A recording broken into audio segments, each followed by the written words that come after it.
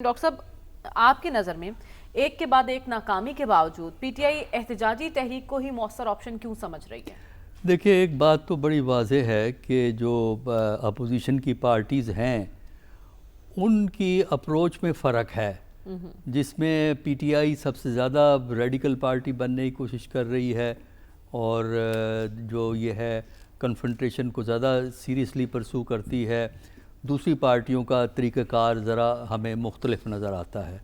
तो अब जिस तरह ये कॉन्फ्रेंस हुई थी 2 दिन की, और इस तरह की मीटिंगों का होना ज़रूरी है ताकि ये डिफरेंसेस के बावजूद कोई किसी कॉमन एजेंडा और कॉमन तरीक़ाकार पे वो एग्री कर जाएं, और अगर वो एग्री कर जाते हैं तब तो एक मौसर तहरीक के इम्कानात बढ़ जाते हैं।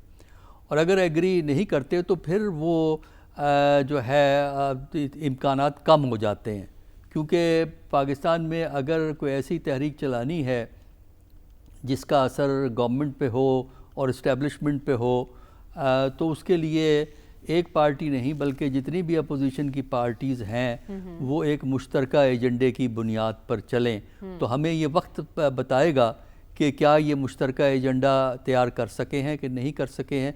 बाकी जहाँ तक इस वक्त बयान का ताल्लुक़ है पीटीआई का कि अगर ये ना एग्री किए तो हम खुद चलाएंगे, ज़ाहिर है पीटीआई ये तो नहीं कह सकती ना कि अगर इन्होंने एग्री नहीं किया हम तहरीक नहीं चलाएंगे। अच्छा, यानी इस किस्म का बयान तो नहीं दिया जाता ना। ये तो मतलब सियासी गैर दानिशमंदाना होगा कि हम कहें कि अगर बाकी पार्टियाँ ना इकट्ठी हुई तो हम तहरीक नहीं चलाएंगे। इसका मतलब है कि आपने अपना सियासी जो है शनाख्त खोने का फ़ैसला किया है। तो ये आखिरी वक्त तक बात कही जाएगी। ठीक है। और उसके बाद देखना यह है कि किस तरीके से ये बात बनती है, इनमें कोई अंडरस्टैंडिंग डेवलप होती है कि नहीं होती।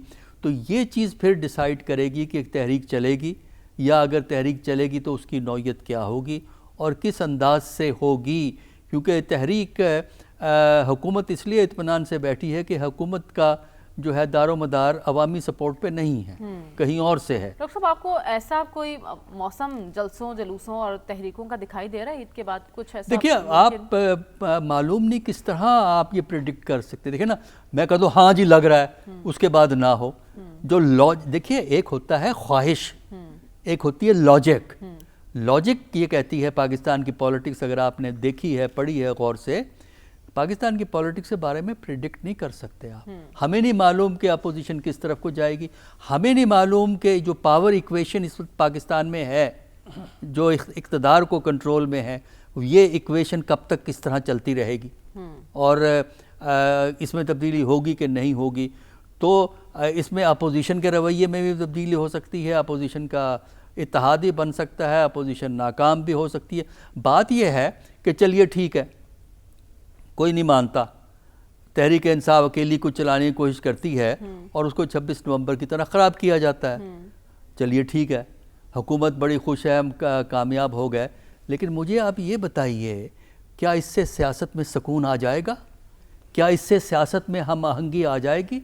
क्या इससे वो माहौल पैदा हो जाएगा जिसके तहत आप इक्तिसादी तरक्की की मंजिल को तय कर सकें? अब तो ये है ना कि हम जो पैसा मिल रहा है ना उसको डिस्ट्रीब्यूट कर रहे हैं। लो भाई 5,000 रुपया हर फैमिली को दे दो ताकि वो हमें वोट दे दें, जो है।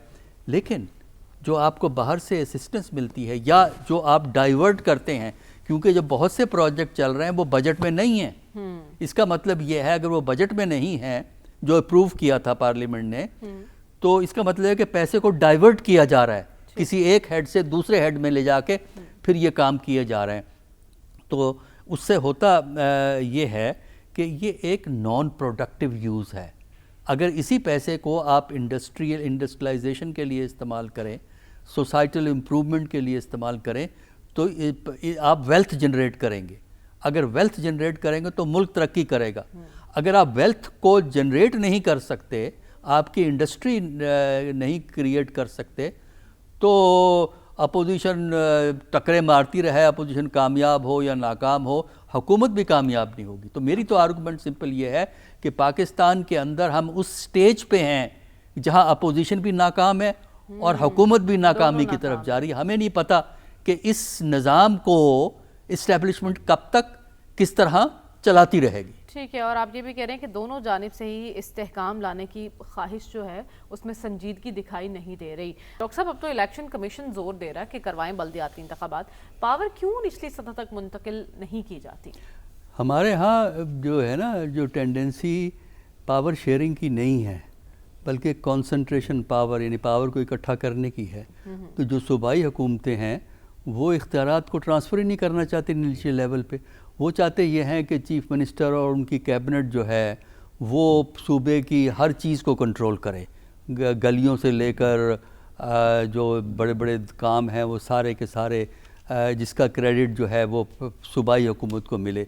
दूसरा इसमें सबसे बड़ी हायल ये जो असम्बली के मेंबरान हैं ना, प्रोविंशियल और सेंट्रल असम्बली और पार्लियामेंट के जो मेंबरान हैं, दूसरी ऑब्स्टिकल ये हैं। क्यों? क्योंकि ये चाहते ये हैं कि जो डेवलपमेंट वर्क जो है वो लोकल गवर्नमेंट के थ्रू ना हो बल्कि उनके थ्रू हो। और इसको अगर आपने देखना है वाकई अमली झगड़ा है तो वो 2001 में जो अपने थे प्रेसिडेंट मुशर्रफ, उन्होंने 2001 में लोकल गवर्नमेंट शुरू की, 2002 में असम्बलियाँ आ गई। तो अगर आप 2003 और 4 में देखें तो असम्बलियों के मेंबरान और ख़ासकर डिस्ट्रिक्ट नाज़िम उस सिस्टम में बहुत पावरफुल था, बहुत पावरफुल था डिस्ट्रिक्ट नाज़िम। तो डिस्ट्रिक्ट नाज़िम की और प्रोविंशियल गवर्नमेंट का झगड़ा चलता रहता था। अच्छा। केपी में भी ये देखा, पंजाब में भी ये देखा कि मेंबरान जो हैं वो नहीं चाहते कि पैसा जो है लोकल गवर्नमेंट के थ्रू जाए, और उसमें लोकल गवर्नमेंट के थ्रू जा रहा था। तो मेरा नहीं ख्याल कि ऐसा होगा। देखिए पंजाब में 2019 में एक लॉ बना था, वो पड़ा था, अब उसके बाद उसको चेंज करके रिवाइज करके नया लॉ असम्बली ने भी पास नहीं किया है। तो उसके बाद फिर या गालबन पास किया है क्या है, अभी पास नहीं हुआ जी। हाँ अभी असेंबली को बना भिजवाया पड़ा है, जी। तैयार पड़ा है, लेकिन पास नहीं हुआ। लेकिन क्यों पास नहीं हुआ? इसलिए कि प्रायोरिटी नहीं है। ठीक है। लिहाजा मेरा नहीं ख्याल कि पाकिस्तान में लोकल गवर्नमेंट का इलेक्शन कोई सूबाई हुकूमत करना चाहती है। ठीक है, तो आपको ऐसा होता दिखाई नहीं दे रहा।